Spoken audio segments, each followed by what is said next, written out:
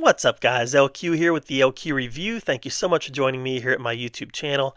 This is where I talk about all the geeky, nerdy stuff that I love to talk about. Movies, video games, comic books, and TV shows. And right now I'm going to continue my series, my October series on A Nightmare on Elm Street. This is part 3, so we're going to talk about Nightmare on Elm Street 3, The Dream Warriors. This was my introduction to horror.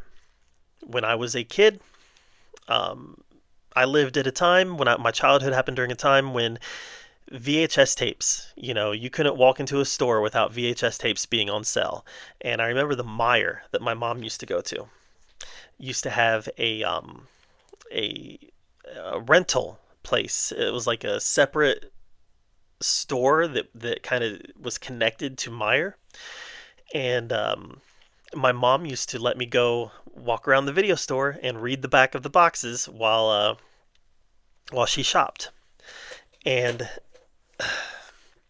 I came across this box for Nightmare on Elm Street 3 The Dream Warriors, and I was like, what is this? It was the box with the claws out like this. You had Freddy's head in the background, and each claw had a different character on it, and they were facing down Freddy.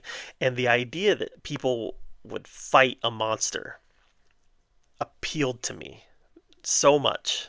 I don't know. It was just, I guess I've always had a love of stories. Even when I was a kid, I had this great love of stories, and just the idea of people fighting down this invincible monster. This is what I took from the box and reading the back. It just appealed to me so much. So I begged my mom to let me rent it. And after wearing her down a little bit, she let me bring it home. And I was hooked. I watched it and watched it and watched it for the week that I had it. And then I had to return it. And then sometime later, maybe a month, I don't know, I saw it in a Walmart on VHS, and I bought it with my own money. And I had some money. I went to Walmart to buy a toy, and I saw that VHS at Walmart, and I was like, nope. I know what I'm going home with today. I bought it with my own money. And I wore that VHS tape out. Out of all the Nightmare movies, Nightmare 3 is by far the one that I've watched the most. And I love it. Still to this day, I love it. And just to be clear, I do think it is the best Nightmare on Elm Street movie. Maybe there's some nostalgia. Maybe I've got those nostalgia goggles on. But I love this movie. I still think it's one of the best horror movies ever made. That's how much I love this movie. And again, it could be the emotional attachment I have to it. I'm completely willing to own that. But this movie is special to me. So, this movie did so many things right, though.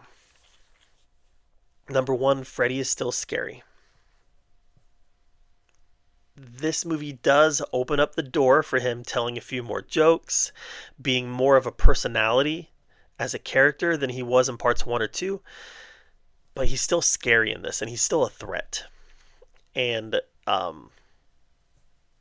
the movie is able to deliver on the promise of the Dream Warriors. These people, these kids who are in the psychiatric ward who are being hunted by Freddy, they are able to learn that they have power in the dream world, and they're able to use that power to fight. And I'm fascinated by that. And one of the great things that this movie did was it brought back Heather Langenkamp as Nancy. Now, I think most people would agree that Nancy is Freddy's primary protagonist, antagonist, however you want to, whatever viewpoint you're taking it from. Nancy is Freddy's primary foe. I kind of think Alice might be, because she's the Dream Master, and Freddy guards the negative gate, and Alice guards the positive gate.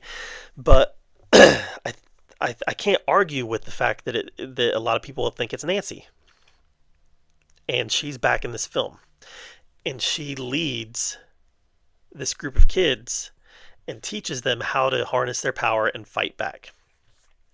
And I love that. I love that Nancy returns as the leader.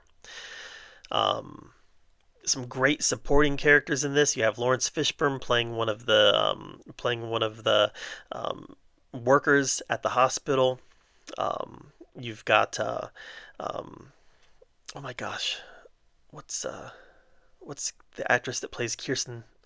It's not coming to me. It's not coming to me. Either way, yeah. Why is it not coming to me? Kirsten is played by, I can't think of the name right now. I'm feeling dumb because I know her name. But some great supporting actors in this, some great supporting performances. The kids all do a great job of portraying fear while also portraying determinedness to fight back. There's some great kills in here. Obviously, the Welcome to Prime Time kill comes to a lot of people's minds. The marionette kill comes to a lot of people's minds. Um, there's just a lot of great classic stuff in this movie. A lot of great classic Freddy lines are in this movie.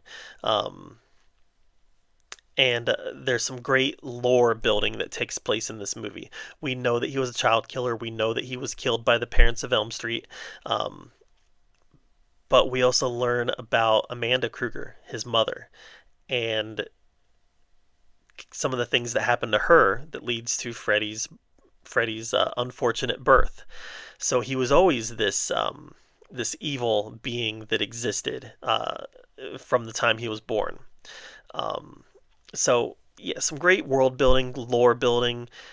Like I said, great performances, great plot. Definitely took the Elm Street formula and made it bigger, and it's just a lot of fun.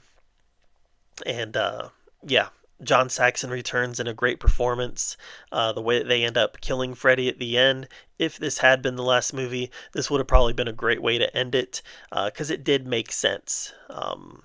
The way that he comes back in part four kind of undoes it, but in the context of this film, the way that they defeat him makes a lot of sense. So, guys, I love this movie. It's my favorite Elm Street movie, and I just can't say enough good things about it. So, head to those comments down below and tell me how much you love Dream Warriors. I would love to feel like I'm part of a big group on this one. Maybe you don't like it and you want to explain why, that's fine too. Not everybody's going to love the same things, but for me, Dream Warriors is the pinnacle of Elm Street movies. So that's it for me, guys. Until next time, we'll see you guys later.